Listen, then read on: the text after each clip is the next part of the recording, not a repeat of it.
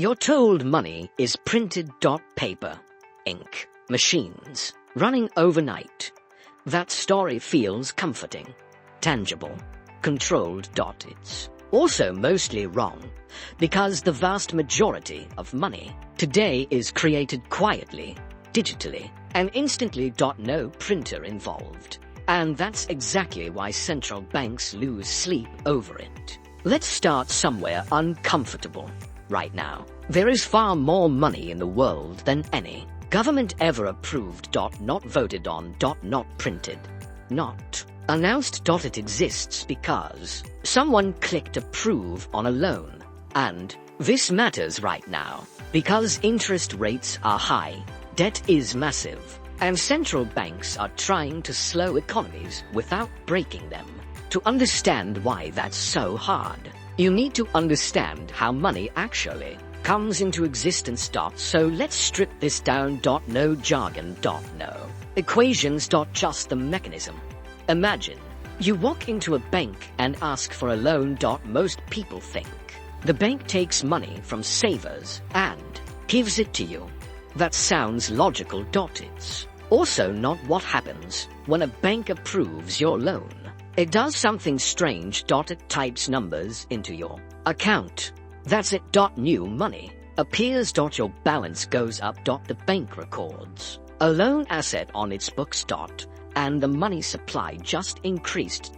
No one else's account went down. This isn't a loophole. This is the system. Banks don't lend existing money. They create new money by lending. Roughly 90% of the money in modern economies is created this way, not by central banks. By commercial banks. Quietly. Every day. Here's the irony. When you pay the loan back, that money doesn't go to someone else. It disappears. Loan repayment destroys money. So money is born through lending and dies through repayment. That means the money supply is constantly expanding and contracting based on credit. Now pause. If money depends on people borrowing, what happens when people stop? This is where central banks come in. Central banks don't control money directly. They control the conditions around credit. Interest rates, bank reserves. Regulations. Think of them less as creators and more as traffic controllers. They try to encourage lending when economies slow. And discourage it when inflation runs hot. But here's the uncomfortable part. They don't actually control banks. They influence them. And influence breaks down in extreme moments. Take the years after 2008. Central banks slashed interest rates to near zero. They flooded the system with liquidity. They begged banks to lend. Banks did and single quotes T. Why? Because lending isn't about money. It's about confidence. If banks don't trust borrowers, credit doesn't flow. If borrowers are scared, they don't borrow. So central banks pushed harder. Quantitative easing, asset purchases, balance sheets exploding, trillions created, not printed, and still, most of that money stayed trapped inside financial markets. That's the hype versus reality gap. We're told central banks printed too much money. The reality is more awkward. They created the conditions for money creation, but private banks and markets decided where it went mostly into assets. Stocks. Real estate. Bonds. Not wages. Now fast forward to today. Inflation spikes. Suddenly money creation isn't welcome anymore. Central banks raise rates aggressively. They want lending to slow. They want money to stop being created. But credit systems don't slow smoothly. They stall or they break. Because remember, money is debt. Every dollar created through lending is matched by a promise to repay. When rates rise, that promise gets heavier. Some borrowers wobble, some fall. And when loans default, money doesn't just disappear neatly. It creates losses, which scares banks, which scares markets, which tightens credit even more. This is why central banks fear to things at once. Too much money creation leads to inflation. Too little leads to collapse.